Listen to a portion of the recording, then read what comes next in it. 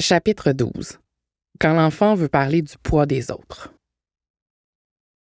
Quiconque a des enfants, je le tiens de nombreux parents, incluant les miens, sait qu'ils peuvent être particulièrement doués pour dire tout haut des choses qui donnent soudainement envie de disparaître. Même s'ils le font rarement dans une perspective qualitative ou de jugement, les enfants remarquent la différence. Et si leurs commentaires sont généralement empreints de candeur, ces derniers agissent parfois comme une vraie bombe. Dès que l'enfant est en mesure de parler, on lui apprend à faire la différence entre certaines choses. Les couleurs, les formes, les animaux, ce qu'il aime ou n'aime pas. Comment réconcilier son besoin, voire sa fierté, de nommer les différences qu'il observe et le risque de causer un malaise devant les personnes concernées. À propos d'une grosse personne. Qu'il ait ou non intégré des préjugés négatifs à l'égard des personnes grosses, il n'y a rien de très étonnant à ce qu'un enfant souligne la différence qu'il perçoit quand il voit un corps plus gros ou plus mince que ceux qu'il est habitué de voir. Ce qui est moins certain, cependant, c'est la manière dont la personne concernée va réagir. Son besoin de nommer la différence est normal. Il ne faut surtout pas le nier, du moment que c'est fait sans jugement, bien entendu. Il faut simplement l'encadrer.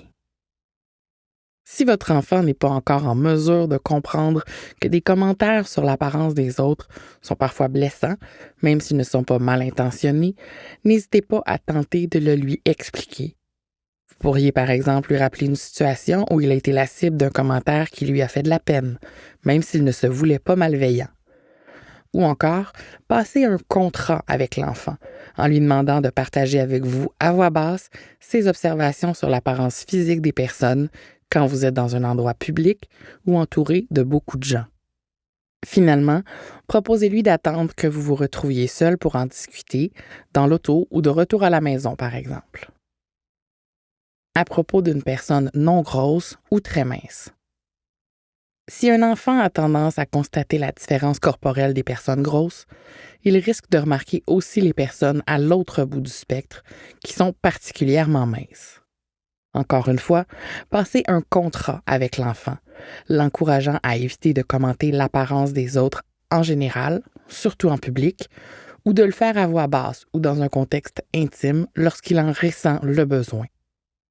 Car si la grosseur est associée à son lot de préjugés négatifs, la maigreur peut l'être aussi, les personnes très minces étant souvent considérées à tort comme malades, fragilisées, pauvres, affamées, souffrant de troubles alimentaires, etc.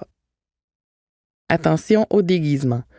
S'il y a une fête que les enfants chérissent particulièrement, c'est bien l'Halloween, ce moment magique où ils deviennent quelqu'un ou quelque chose d'autre le temps d'une journée.